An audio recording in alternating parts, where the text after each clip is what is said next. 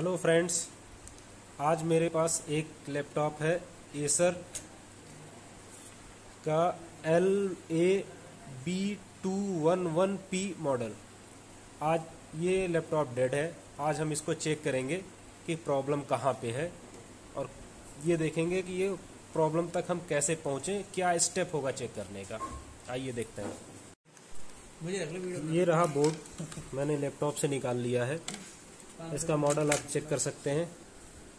ये है LA-211 और ये P। सबसे पहले इसका स्कीमेटिक डाउनलोड करेंगे, उसके बाद इसका बोर्ड व्यूअर डाउनलोड करेंगे। फिर हम देखेंगे कि इसको कैसे सर्च करना है, कैसे देखना है। हम आ जाते हैं अपने स्कीमेटिक पे। ये रहा स्कीमेटिक।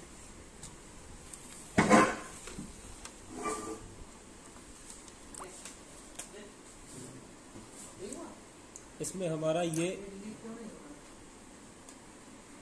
मॉसफेट है,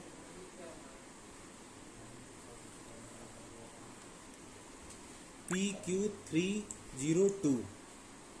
यहाँ पे हमारा वी इन सप्लाई आ रहा है और यहाँ से होते हुए आगे आएगा अगला मॉसफेट PQ303।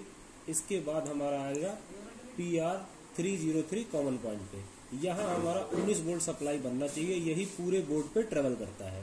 तो अभी हम चेक करेंगे बोर्ड पे कि सप्लाई कहाँ कहाँ बन रही है, क्या प्रॉब्लम है, कहाँ तक पहुँच रहा है और कहाँ नहीं पहुँच रहा है। हाँ, सबसे पहले DC मशीन हम सेट करेंगे, चालू करेंगे। वोल्टेज हम देंगे 19 वोल्ट।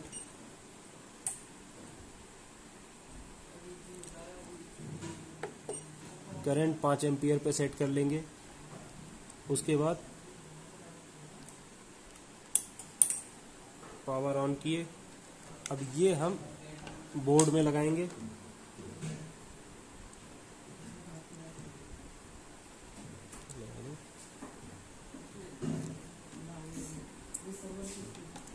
अब इस बोर्ड में हम सप्लाई चेक करेंगे, कहाँ कहाँ कितना वोल्ट सप्लाई है।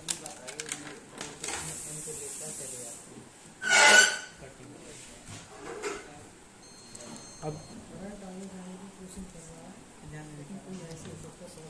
ये हम DC मशीन में चेक देख रहे हैं कि करंट हल्का सा ले रहा है, फिर जीरो हो जा रहा है। इससे ये चीज समझ में आ रहा है कि कहीं पे कुछ तो शॉर्टिंग है। अभी उसको चेक करेंगे कहाँ है।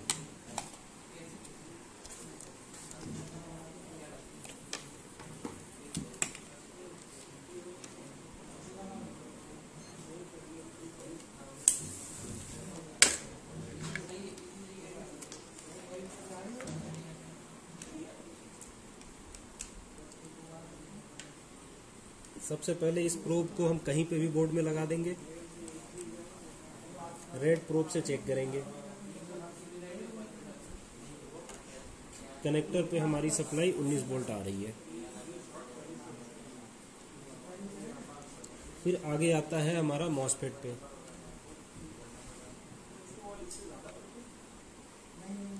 मॉसफेट पे हमारी 19 वोल्ट सप्लाई आ रही है। मॉसफेट के आगे सप्लाई नहीं आ रही है, यानी मॉसफेट आगे सप्लाई ट्रांसफर नहीं कर रहा है। तो इसका दो प्रॉब्लम हो सकता है, या तो मॉसफेट के आगे कहीं शॉर्टिंग हो, दूसरा मॉसफेट के गेट पे सप्लाई नहीं मिल रहा है जिसकी वजह से वो ट्रिगर नहीं कर रहा है। तो हम मॉसफेट के दोनों केस में हम देखेंगे, स्कीमेटिक में के हिसाब से समझेंगे क्या है कि गेट को सप्लाई कहाँ से मिलती है। हम स्कीमेटिक में आ जाते हैं। ये हमारा मॉसफेट है। वी इन हमारा यहाँ पे सप्लाई हमें मिल रहा है 19 वोल्ट, यहाँ पे आगे सप्लाई हमें नहीं मिल रहा है। तो दो रीजन हो सकता है, या तो इस पॉइंट पे प्रॉब्लम हो या आगे नहीं जा रहा हो। अभी क्या है, हम इसका देखते हैं गेट इनेबल कौन कर रहा है। तो ये चार्जिंग IC इसको ट्रिगर सप्लाई नहीं दे रहा है। इसके दो रीजन हो सकते हैं, या तो ये IC खराब हो गई हो, दूसरा रीजन हो सकता है कि इसके आगे की सर्किट में शॉर्ट सर्किट हो। मैक्सिमम केस में क्या होता है कि आगे 19 वोल्ट सेक्शन में कहीं पे भी शॉर्ट सर्किट होता है, वही सबसे ज़्यादा बोर्ड में प्रॉब्लम आते हैं। तो हम सबसे पहले उसी को टेस्ट करेंगे कि ऐसा कुछ हुआ है या नहीं हुआ है।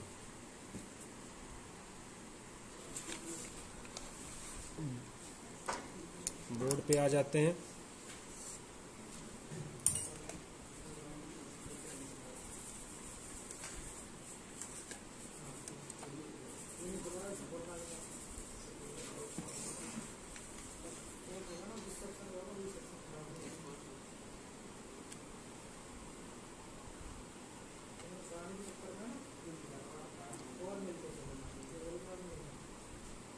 हम डायरेक्ट इस मॉसफेट को बाईपास करके आगे सप्लाई लेके जाते हैं। तो यहाँ हम देखें स्कीमेटिक में, अगर ये जो सप्लाई आ रहा है हमारा Vin, ये डायरेक्ट ये कैपेसिटर के थ्रू डायरेक्ट बाईपास होके इसके आगे पहुंच रहा है, यहाँ पे इस पॉइंट पे। अगर हम इसको शॉर्ट करेंगे तो ये डायरेक्ट सप्लाई आगे ट्रांसफर हो जाएगा ये P1 पे। तो अभी इसको चेक करते हैं क्या होता है। बताओ क्या सामान क्या रेट लगा लीवर में? एक चिमटी ना लीवर से लेके नहीं आऊँगा। हम इस कैपेसिटर को शॉर्ट करते हैं और हमारा करंट ज़्यादा लेने लगा। इसका मतलब आगे के सेक्शन में शॉर्टिंग है। अब ये शॉर्टिंग ये मॉसफेट के आसपास हो सकता है, इधर भी हो सकता है, या इसके बाद भी हो सकता है। जैसे ये बोर्ड में इसके बाद शॉर्टिंग है, तो यहाँ भी हो सकता है, यहाँ भी हो सकता है, और ये पूरे बोर्ड में कहीं पे भी हो सकता है। तो जैसे कि हम स्कीमेटिक में देखते हैं, ये मॉसफेट के बाद ये मॉसफेट है, इसके बाद ये हमारा कॉमन पॉइंट है, ये कॉमन पॉइंट। हम सबसे पहले इस कॉमन पॉइंट को PR 303 को रिमूव करेंगे, फिर हम इस पॉइंट पे चेक करेंगे और इस पॉइंट पे चेक करेंगे। तो हमें ये पता चल जाएगा कि ये इस पॉइंट के पहले शॉर्टिंग है या इस पॉइंट के बाद शॉर्टिंग है। अगर ये निकालने के बाद इसके बाद शॉर्टिंग होगा तो यहाँ हमारा 19 वोल्ट सप्लाई आएगा। अगर नहीं आएगा इसका मतलब प्रॉब्लम इधर ही है, हमें इधर ही सर्च करना है। तो सबसे पहले हम इसको निकालेंगे, उसके बाद देखते हैं क्या होता है। ये रहा वो कॉमन पॉइंट का रजिस्टर, मैंने निकाल दिया ये पोर्शन से। अभी हम इसके दोनों साइड पे चेक करेंगे।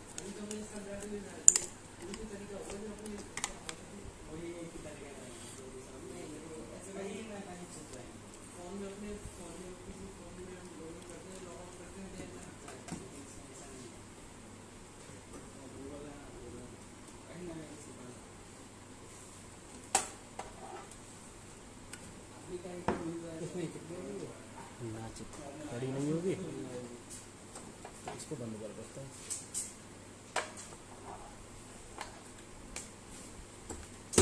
चपक तो रही है लेकिन लाइट अच्छा नहीं आ रहा।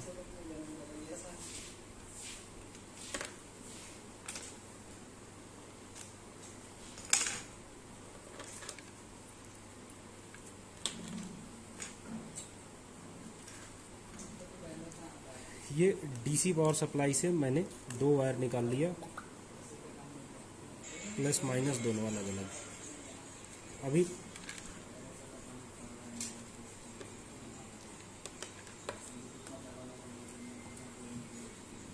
माइनस सप्लाई को बोर्ड में कहीं पे भी लगा सकते हैं।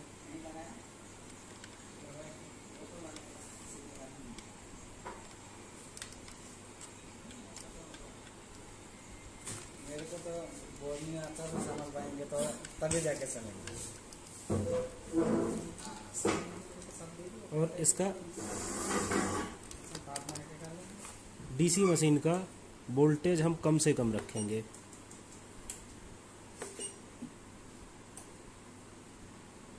स्टार्टिंग में 1 वोल्ट रखेंगे। करंट को भी थोड़ा कम कर देंगे हम।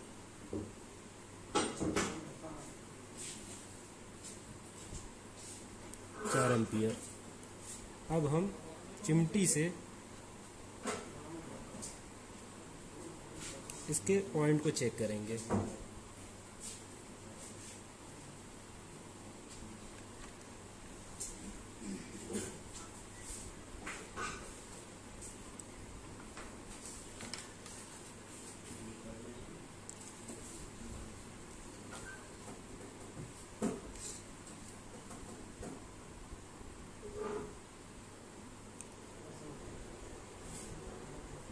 ये एम्पियर ले रहा है, थोड़ा और हम इसको बढ़ाएंगे वोल्टेज को।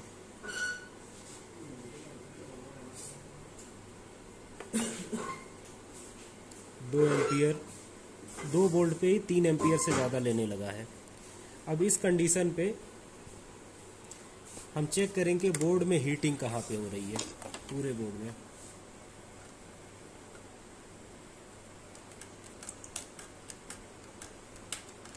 ये सेक्शन पूरा हीट हो रहा है, ये सेक्शन, ये हीट हो रहा है, ये साइड।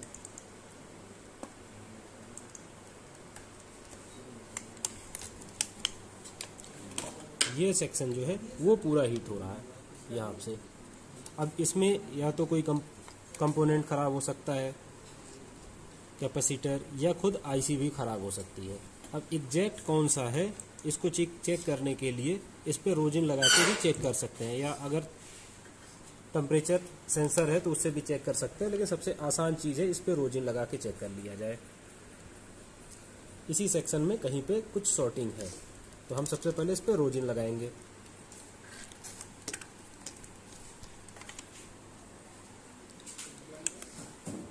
ये इस पॉइंट पे जहाँ पे मुझे डाउट था, हीट हो रहा था, वहाँ मैंने पूरी तरीके से रोजिन लगा दिया। अब हम देखेंगे कि इसका कौन सा पॉइंट पहले हीट हो रहा है।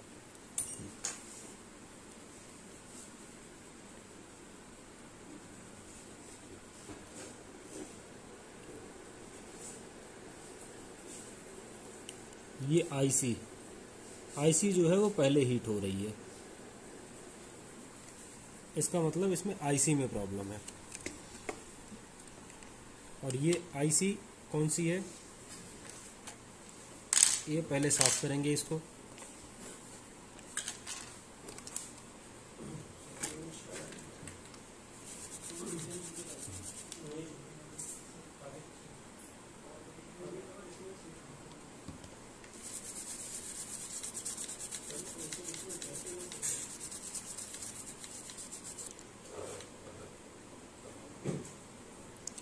ये आईसी है PU402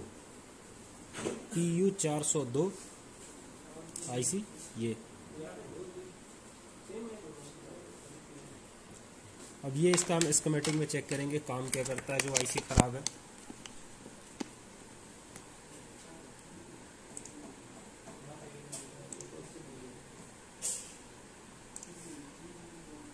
ये स्कीमेटिक में PU402 ये रहा।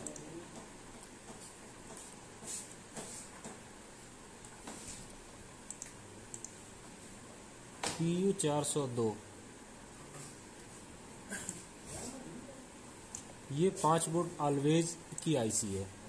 तो ये आईसी गड़बड़ होने, डैमेज होने की वजह से 5 वोल्ट ऑलवेज की सप्लाई नहीं बन रही है, और ये आईसी शॉर्ट होने की वजह से 19 वोल्ट की भी सप्लाई नहीं बनने दे रही है। इस वजह से लैपटॉप चालू नहीं हो रहा है।